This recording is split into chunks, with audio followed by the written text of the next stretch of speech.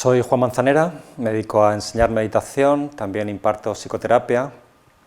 Intento ayudar a las personas a conocerse mejor y de esa manera sufrir un poco menos.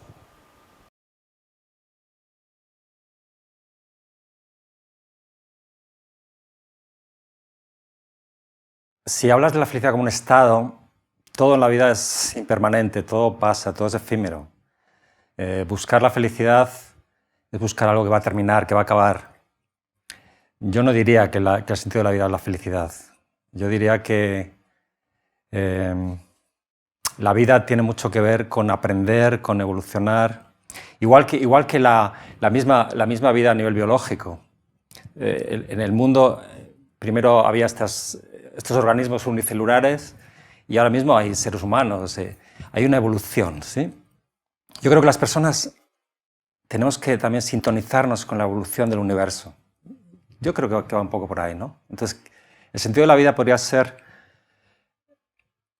o más bien, lo que hace que uno se sienta que su vida tiene sentido es crecer, evolucionar, a muchos niveles, a nivel de conciencia, a nivel psicológico, a nivel mental. Quizás eso es lo que nos hace sentir que nuestra vida tiene sentido.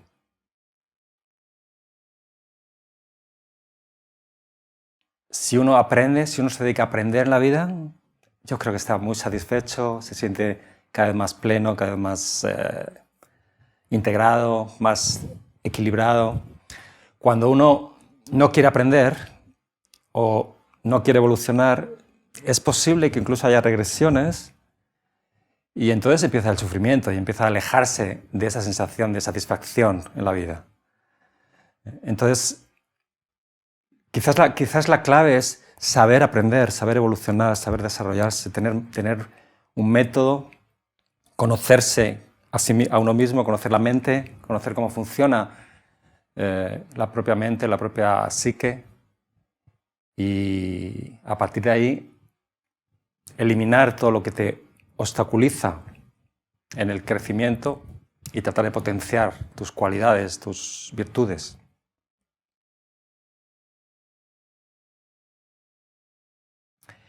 No necesariamente. O sea, tú puedes aprender el sufrimiento. Y de hecho, es la única opción que uno tiene es aprender el sufrimiento. Pero no es necesario, para crecer no es necesario sufrir.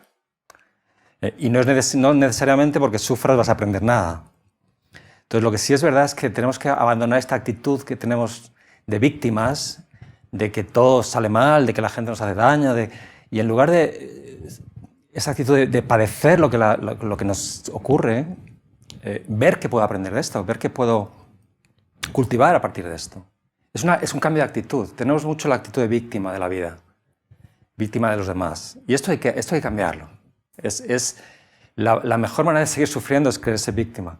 Entonces, puedes aprender el sufrimiento, no necesariamente.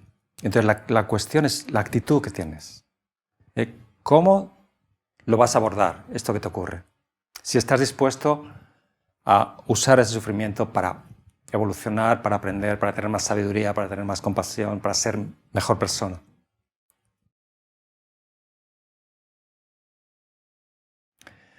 Bueno, a la hora de experimentar sufrimiento, cuando nosotros estudiamos el sufrimiento, ¿por qué sufro en la vida? Lo que nos encontramos que hay un sufrimiento básico en la vida, hay un sufrimiento, pues no sé, enfermedades, pérdidas de seres queridos. Pero sobre ese sufrimiento, nosotros creamos más. ¿Sí? Tú puedes sufrir una enfermedad de muchas maneras, a muchos niveles. Puedes sentirlo de una manera angustiosa, terrible. La pregunta es, ¿cómo yo creo el sufrimiento? ¿Cómo yo añado el sufrimiento de la vida? ¿Qué hago para añadir sufrimiento a la vida? Y ahí encuentro la mente y las emociones. Encuentro que si no domino mi mente, yo mismo estoy creando sufrimiento en la vida. Si no controlo las emociones, estoy creando sufrimiento en la vida. Entonces es imprescindible dominar las mentes, digamos, negativas, las emociones destructivas. Sobre todo por eso que añadimos. Hay que ser muy consciente de esto, como nosotros, cada vez que estoy sufriendo, cómo yo estoy creando sufrimiento en mi vida. Esto es muy importante, darse cuenta de esto. Y entonces descubro la mente y digo, Tengo que cambiar mi mente.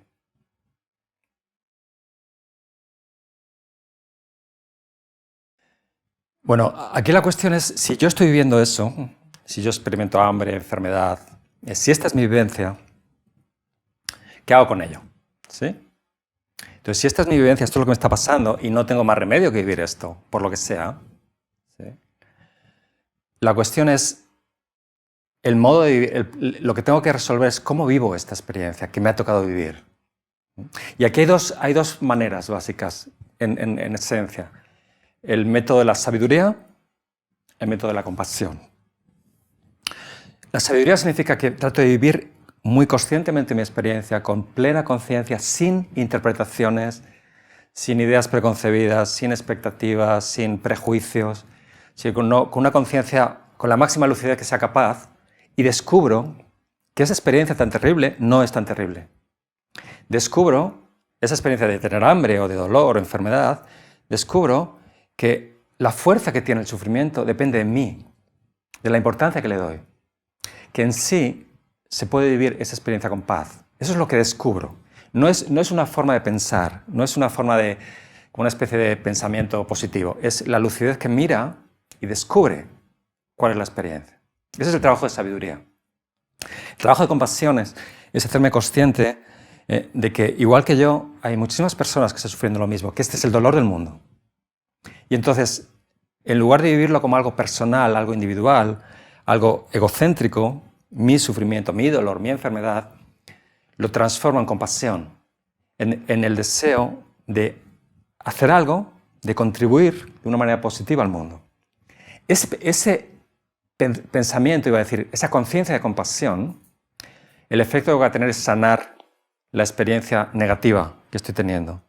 Si tengo hambre, sigo teniendo hambre, por supuesto, pero la vivencia negativa se purifica, se sana cuando estoy en un estado de compasión, por ejemplo, de querer ayudar a los demás, de querer contribuir a algo al mundo.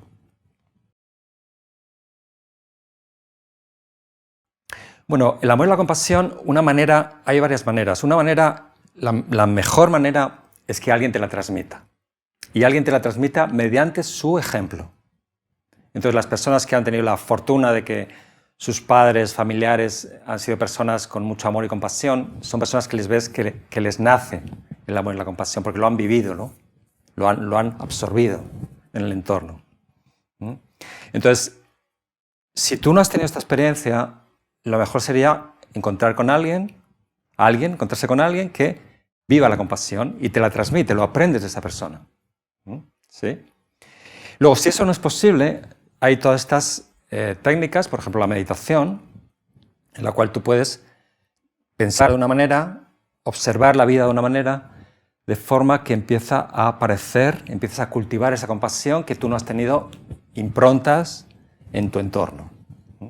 Entonces normalmente, bueno, hay alguien, una persona, un maestro, te transmite el método y tú puedes generar, puesto que en la mente todo es posible, en la mente de cualquier ser humano, puedes empezar a generar ese estado con mucha paciencia, a lo largo de mucho tiempo, se va produciendo ese entrar en el amor y la compasión.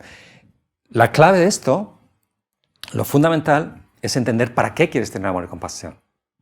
Tú no puedes cultivar el amor y la compasión porque piensas que es lo correcto o porque piensas que es lo espiritual. La motivación es muy importante. Es esencial darse cuenta de que sin compasión tu vida no puede funcionar. Sin amor el mundo no puede funcionar. Como la necesidad de que haya compasión en tu vida. Si nosotros hacemos un poco un análisis de nuestra vida, los momentos que somos más egoístas son los que más sufrimos. Los momentos que estamos más abiertos a los demás son los momentos de más felicidad, de más satisfacción. Entonces, si me hago consciente de eso, en lugar de tomar la compasión como una especie de norma espiritual, si me hago consciente de cómo funciona en mi vida, entonces tengo la motivación y entonces voy a cultivarla y voy a hacer que eso esté presente en mi vida constantemente.